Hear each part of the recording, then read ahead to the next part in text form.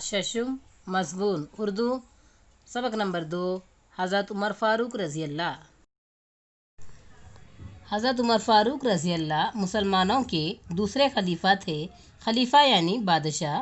ان کے والد کا نام خطاب تھا۔ حضرت عمر فاروق رضی اللہ سن 583 میں مکے میں پیدا ہوئے۔ انہوں نے پہلوانی اور شہ سواری کے فنون میں مہارت حاصل کی۔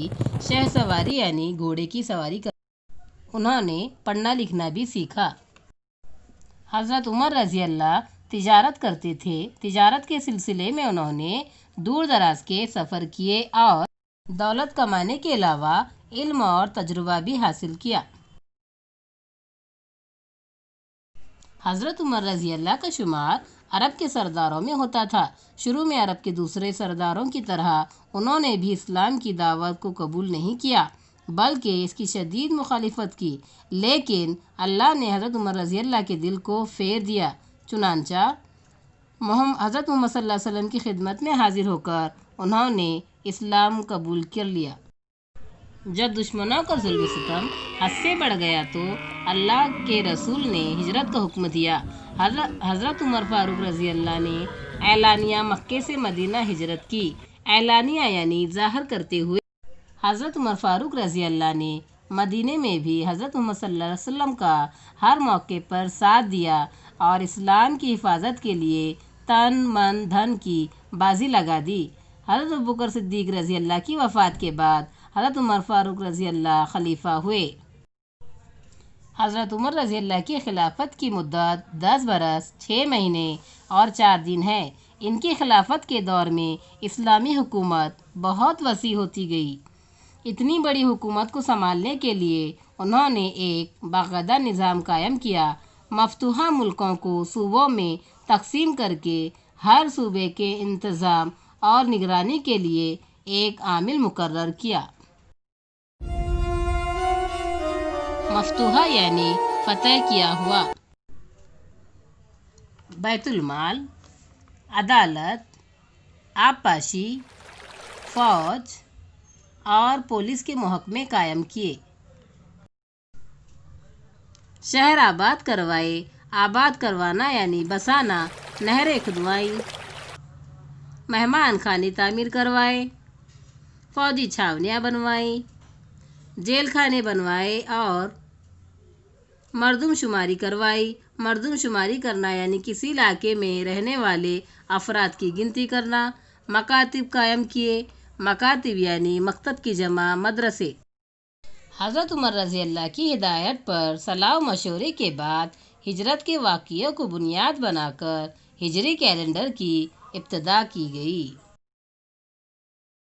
حضرت عمر رضی اللہ کی خلافت میں اتنی آزادی تھی کہ عام لوگ بھی بے خوف ہو کر ان سے گفتگو کرتے۔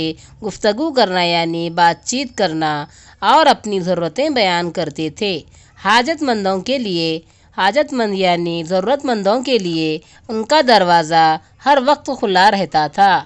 حضرت عمر رضی اللہ کا معمول تھا کہ مجاہدین یعنی خدا کے لیے لڑنے والے گھروں پر جا کر خیریت معلوم کرتے۔ عورتوں کو بازار سے سودا سلف منگوانا ہوتا تو لا دیتے۔ میدان جنگ سے ان کے نام خطوط آتے تو خود گھر گھر جا کر انہیں پہنچاتے اور ان کو جواب بھجوانا ہوتا تو وہ خود لکھ دیتے۔ وہ نابینا، بیمار اور معذور لوگوں کے گھر پر جا کر ان کے کام کر دیتے تھے۔ ایک مرتبہ حضرت عمر رضی اللہ لوگوں کو کھانا کھلا رہے تھے۔ انہوں نے دیکھا کہ ایک شخص بائیں ہاتھ سے کھانا کھا رہا ہے۔ حضرت عمر رضی اللہ اس کے پاس گئے اور آہستہ سے کہا کہ داہنے ہاتھ سے کھاؤ۔ اس شخص نے رنجیدہ یعنی اداس ہو کر کہا کہ ایک جنگ میں میرا دایاں ہاتھ جاتا رہا ہے۔ یہ سن کر حضرت عمر رضی اللہ کا دل بھر آیا اور وہ اس کے برابر بیٹھ گئے اور کہنے لگے، افسوس، تم کو وضو کون کراتا ہوگا؟